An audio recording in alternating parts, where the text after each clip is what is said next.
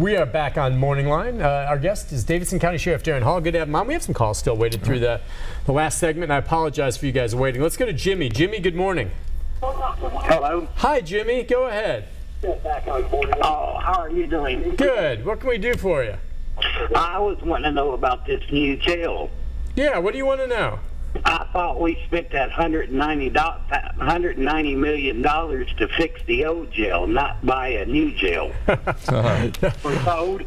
Yeah, we'll have to sort through that. How do you view that? I mean, obviously, that jail's gone. Right. So we're buying a new one. Right, like it or not, same space, new jail. Yeah, you know, that was studied by experts, not me, but it costs more money to renovate the old one than it would have to build a new one. The reason why that is when you start tearing down parts of an old one, you have to live under today's standards. Yeah, codes square and footage and restrooms and all that. So I believe for that same $100 million, you would have ended up with a 380 bed or 400 bed jail. Whereas if you tear it down, you can have an 800 bed for the same price. So you wouldn't have, trust me, you wouldn't have wanted to, Nick went through the building, you wouldn't have wanted to renovate what was it's like a car. You wouldn't wanted to re-put a new engine and new transmission in it if it's going to cost you more than just buying a new car. And that's really where you were with that jail.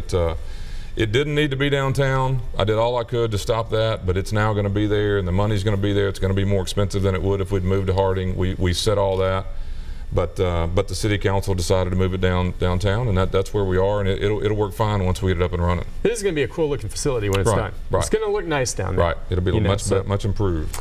All right, let's go to Brian. Brian, good morning. Hey, Sheriff, I used to live on Davidson Drive, right up Curry Road. It's a side McGavick pipe that hooks up right next to I thought that was really the county jail. I thought that's where and it's right by the airport, and it's a pretty good area. That would have been a good area for that. And I was wondering, does that one contain more people than downtown? That one's more like downtown. What happens if you're like a tourist? My buddies come here, and I said, usually they don't hassle tourists and stuff, and they won't, arrest you or anything, public intoxication or whatever. Just be careful. Because you don't want, what do you do with like tourists or even from out of town and they get stuck there? I mean, I'm sure if they've got rich relatives or credit card. Can you use a credit card to bail it out? What do you do with a tourist who come in and they got a whack out? You don't arrest them, do you? That's a great question. Okay, first of all, yeah, there are even during this big conversation, there are more inmates on Harding Place than downtown. There have been for the last many years, and just to kind of bring back an old memory for me, the Harding Place site had been a correctional facility since the 1800s, and so it will still be a correctional site. What we tried to do was move the remaining facilities out to that one site and have them all confined in one area. That didn't work. The city decided to build what will end up being maybe nearly twice as much of the facility downtown cost-wise, but we will still have people on the Harding Place and still have people downtown, and it'll be much improved. But as we said, that was defeated by the city council. Yeah, as bad as this sounds, tourists have to obey the same laws, and so if they're in public intox or some of the charges you're mentioning, they'll be arrested just like anyone else would. You would want us to do that.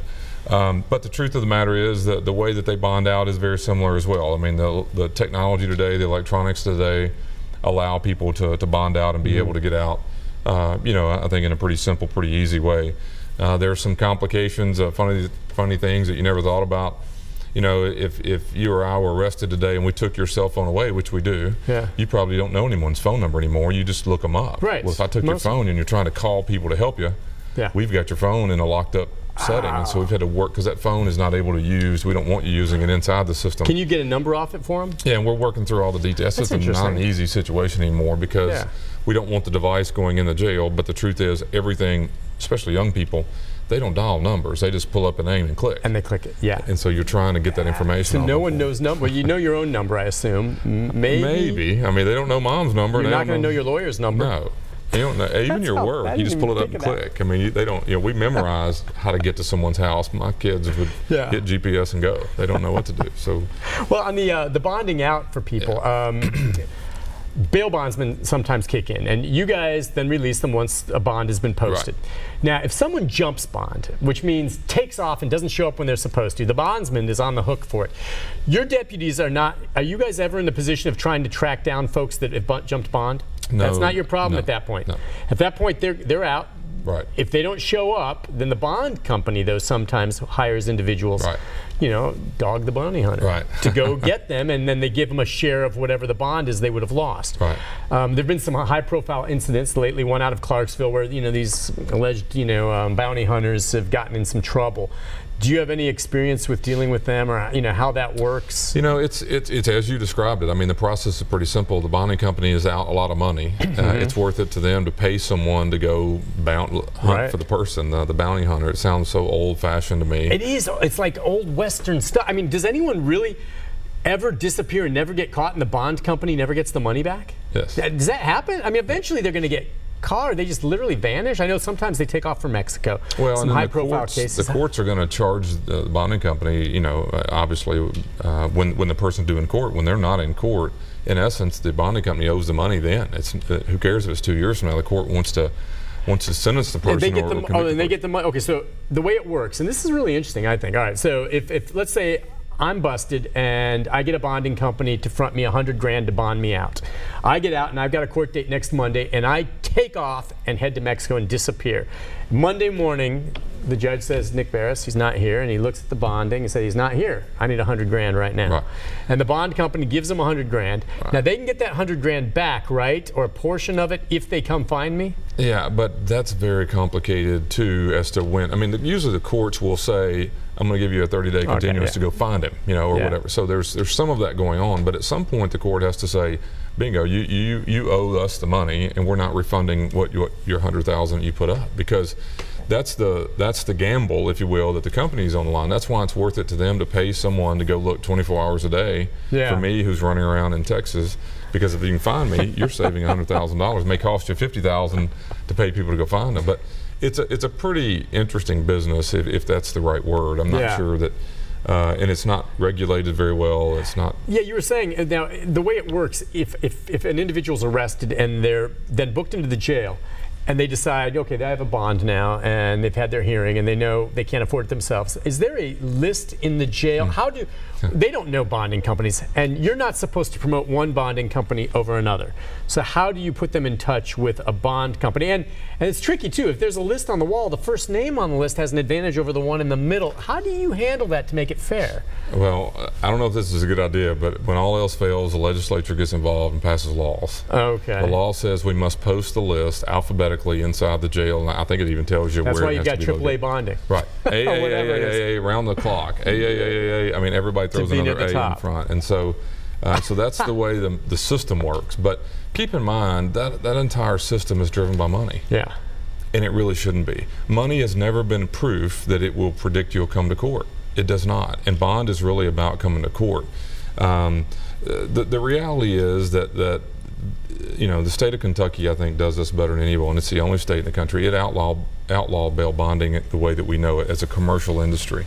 You have 3 marijuana plants in Kentucky, and don't hold me to this, the bond may be $5,000. Okay. If I have 3 marijuana plants, the bond's $5,000. I could live in Knoxville, you're in Memphis. Those charges would have the same exact bond. Okay. In our system, that bond is determined by a judicial authority that varies. Oh, okay. It varies in this city, it varies in this state completely. And so what ends up happening is that the individuals are having to pay money to get out. Well, who's left behind? Obviously the poor people. It has nothing to do with whether you should be released or not. It has to do with whether you have money. And it really shouldn't be. I mean, what bond, if you look up bail and bond, what it really is to determine whether you'll come back to court and are you a risk to the community. Those are the 2 factors that it's built on. And money shouldn't be the factor. It doesn't produce more people. We run a pretrial release program where it doesn't cost money.